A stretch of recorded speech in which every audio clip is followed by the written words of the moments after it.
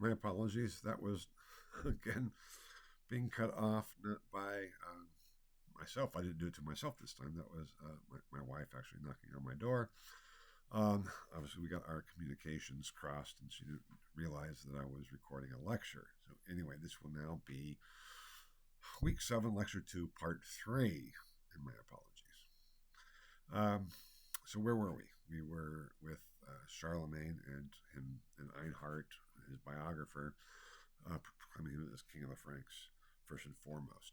We do know that Charlemagne accepted the title.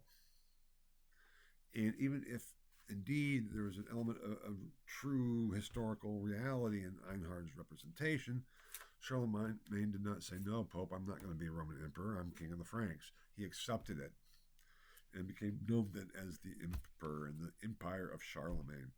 And that then caused conflicts with the emperor in the East. Charlemagne and the emperor of the East worked out a deal, even though the Pope was like, okay, what are you talking about? Obviously, the issue of iconoclasm in the East faded away too, and because that's the whole issue of Byzantine icons, they came almost in some ways, they came around to the Western view of things.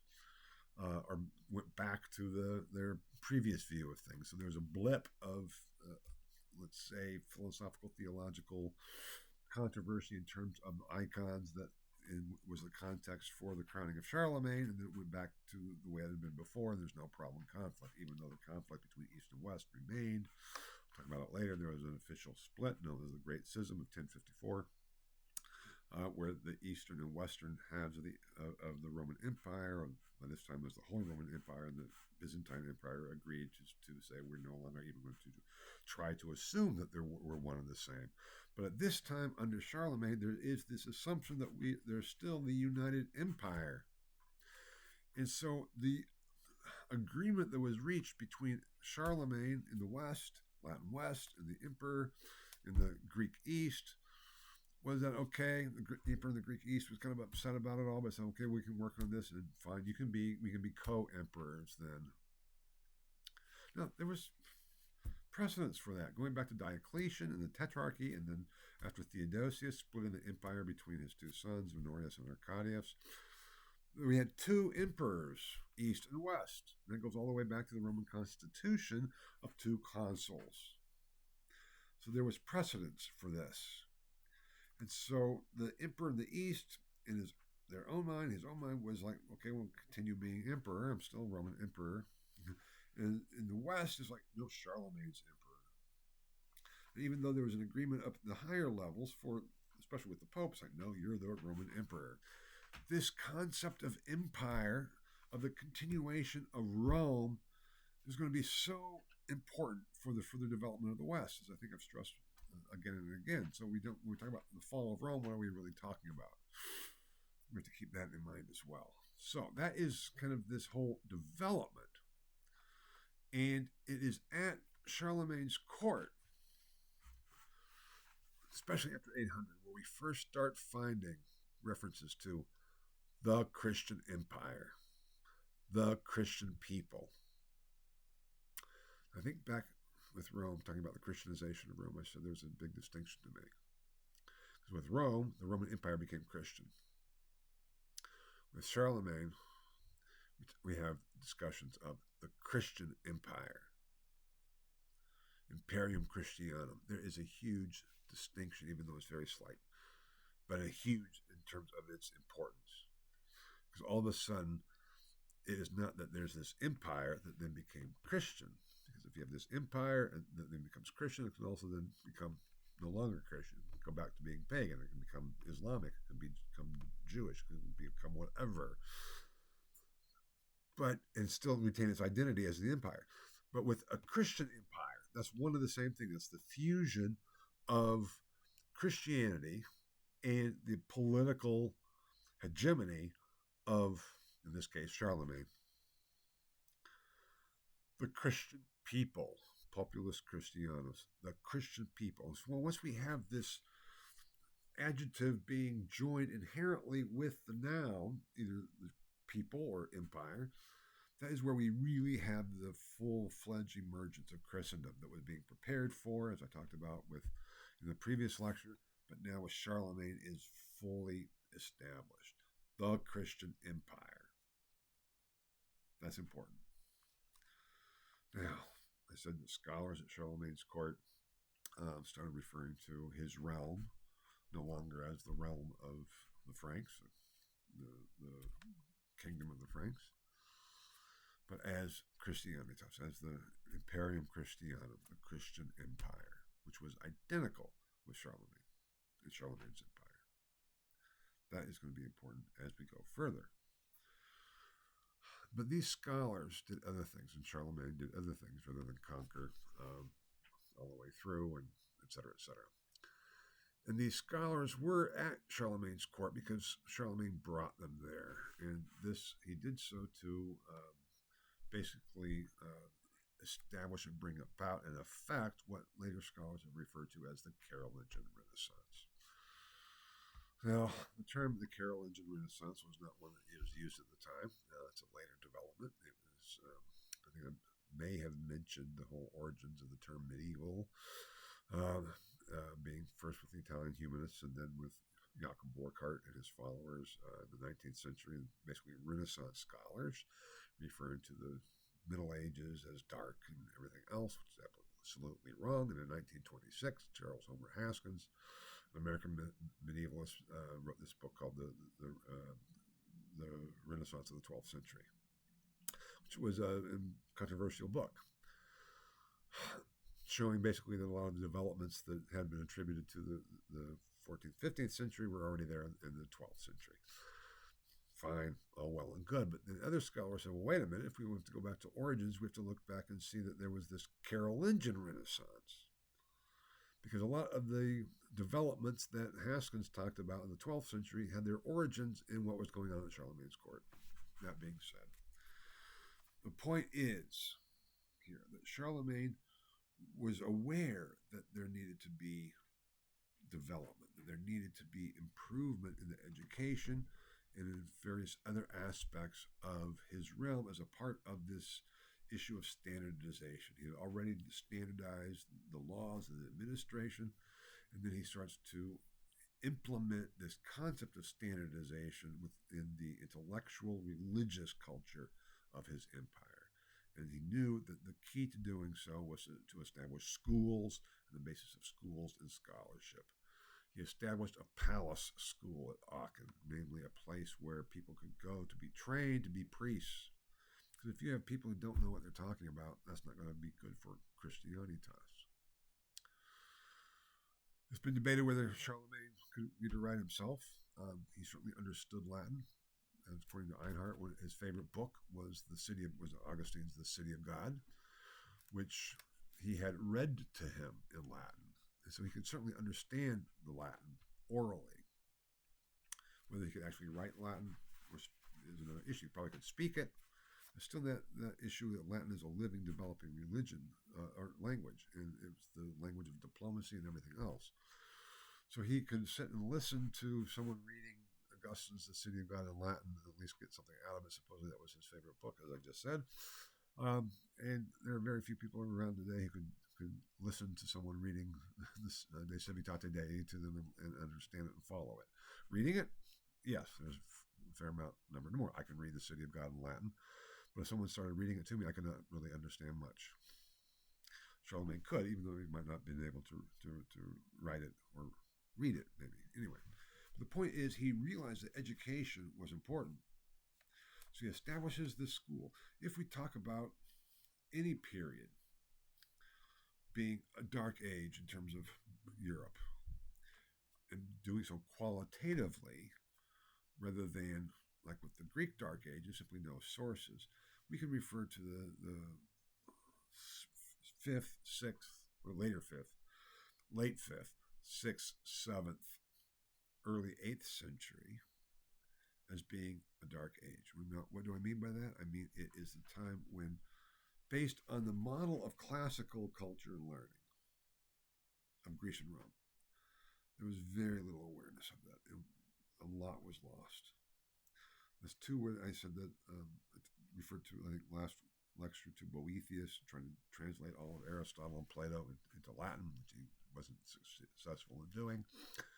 except for some of the very few. But in the Islamic East, first of all, they read Greek, they knew Greek, so they never lost Aristotle, and they commented on Aristotle. And they viewed the West as being backwards because they weren't the inheritors of the classical tradition. And so Islam viewed itself as the inheritors of the Judeo-Christian classical tradition. And they looked down upon the West. And Charlemagne said, okay, we need to rectify some of this. So he established this school. He called the best scholars in Europe that he knew of in his realm to come to Aachen, to the Palace School, to teach, but also do a couple of other things. And I should have actually flipped some of these because I have it here, the Palace School, the Carolingian Minuscule, and the standardization of the Bible. Because one of the issues, again, was the Carolingian Minuscule is part of the standardization of the Bible. I talk about the wide diversity of peoples and cultures and everything else. That too applied to handwriting. You say, what? What do you mean? Well, we all write differently by hand. We're kind of losing that ability whatsoever. It used to be that handwriting was taught and penmanship was taught in school. But there are different regions within the Carolingian Empire where the writing was very different, even though it's still being written in Latin. They say, why is this important? Because all texts, diplomatic texts, treaties, as well as the Bible, were in Latin and were copied by hand. And so if you have someone copying by hand, mistakes are going to be made. Number one. Number two, if you can't read what's called the exemplar, the copy that you're supposedly trying to copy, there's going to be even more mistakes. And the handwriting was so diverse that there were handwriting that was almost illegible. Now, the whole study of handwriting is called paleography. And every medievalist, to some extent, has to be trained to an extent in paleography. And I've done a lot with paleography and Latin paleography. And I would love to show you samples of what I'm talking about because they're very different. It's called scripts or hands, even though it's all in Latin, but just to see how the letters are formed are very different. If you don't know how those letters are formed in a particular script or hand, you can't really read it. So Charlemagne said we have to standardize the handwriting throughout our realm. Why? So we can standardize the Bible. Because if we get the Bible wrong, that's going to be a real problem. So he called all these scholars together and said, okay, we need to, first of all, we have to develop a script, a hand that can be used for the Bible, the transmission of the Bible, the multiplication, the copying of the Bible, as well as for diplomacy and diplomatic documents and treaties. And that was called Carolingian Minuscule. It was based on what's called Roman half uncial, so it's actually a classical model. That was important. And then we have to put together and come up with a standardization of the biblical text that can then from this point on be copied in this unified standard handwriting so that everyone can read it. Because if people can't read it, what are we going to do? Now that is kind of the beginnings of what's called textual scholarship and textual analysis. The importance of trying to figure out what the text of the Bible is as it is being copied and as mistakes, scribal mistakes are being inserted. Augustine talked about, or appealed to some problems, textual problems in the Bible, to scribal error. The scribes just made a mistake. So it was a known phenomenon, but Charlemagne really is the one that says to his best scholars he could find, Alcuin of York being one, so we have to get this right. You have to figure out what is the right text of the Bible. It's a very complex issue. Modern textual scholarship, modern critical editions, which I know this is going too far, starts with Karl Lachmann in the 19th century, and he was working first of all on doing an edition of the Bible. And there you have an issue of this is so important because how do we get back to the original? That's one thing for classicists to say what was the text that Cicero actually wrote. It's another thing for Christians to say what is actually the text that God revealed.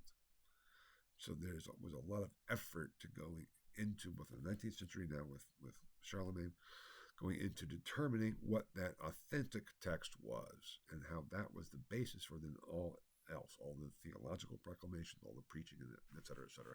So this may be seen as like this. What is this kind of unimportant side issue about handwriting?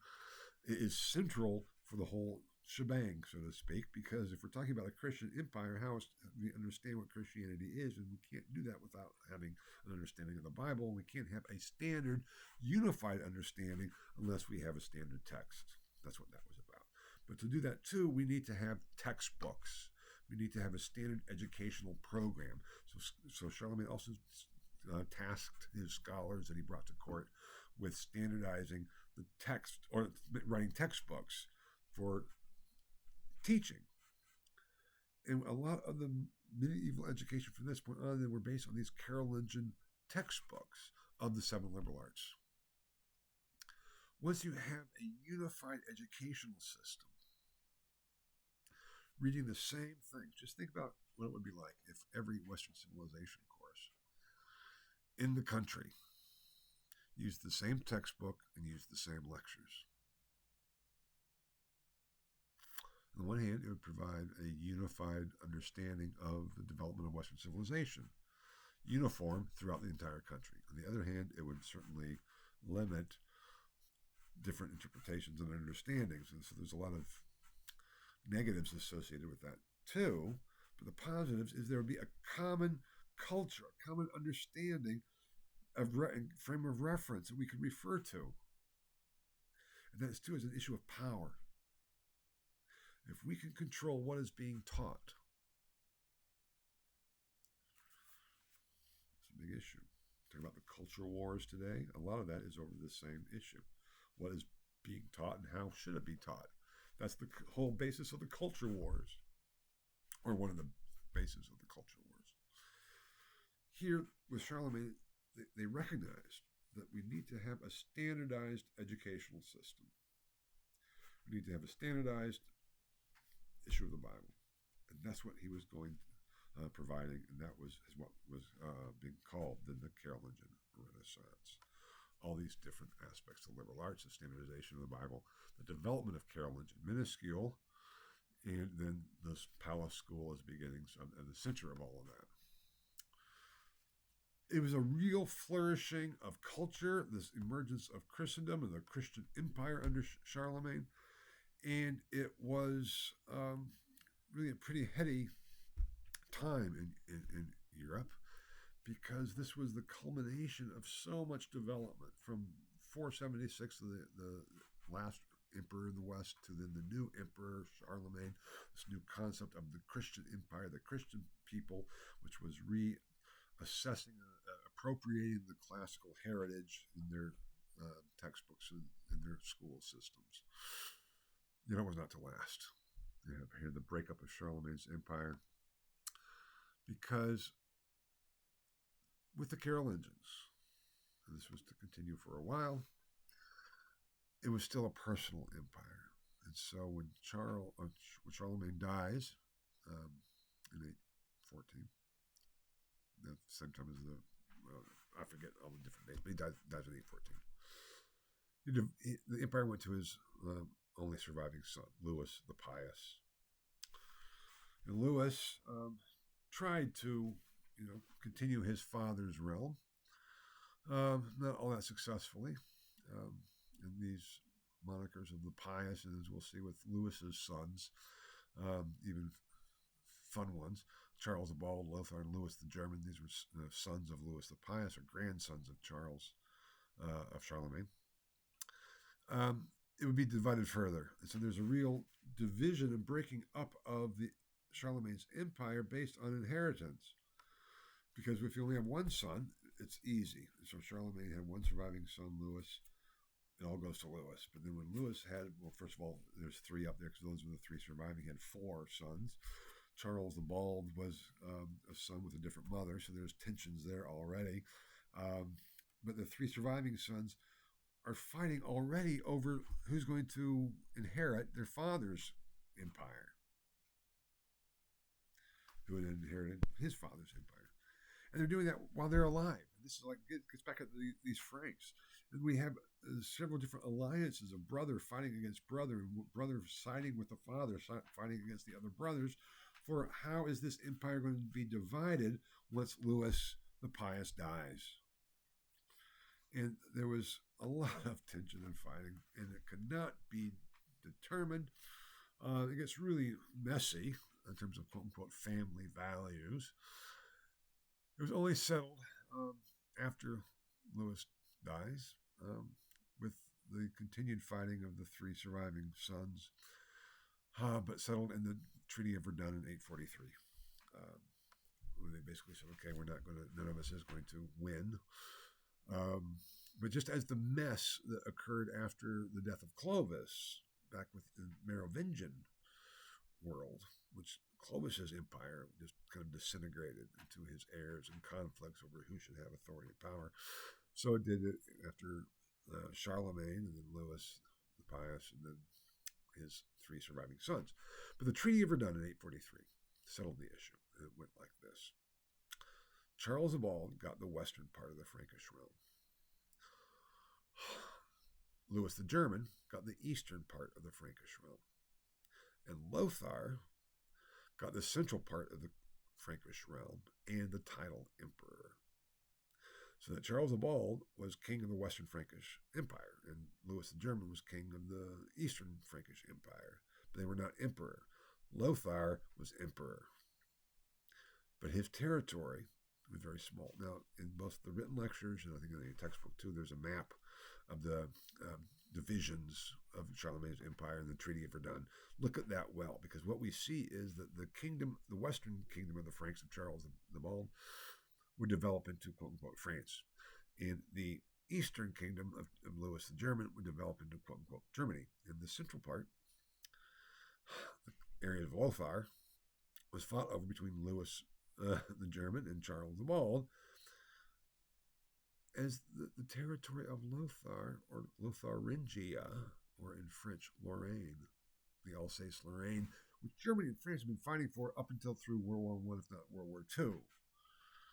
That all goes all the way back to 843, whereby 843, this Treaty of Verdun sets the political contours and conflicts of Europe from that point on, including into modern Europe.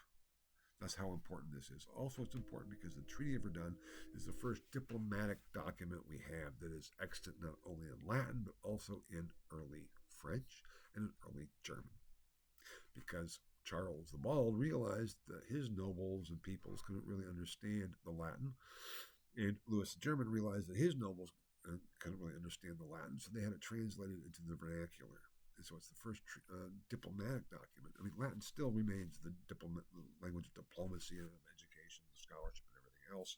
But we see here, too, this linguistic emergence of the vernacular and how, educationally wise and everything else, not all nobles had the same kind of education.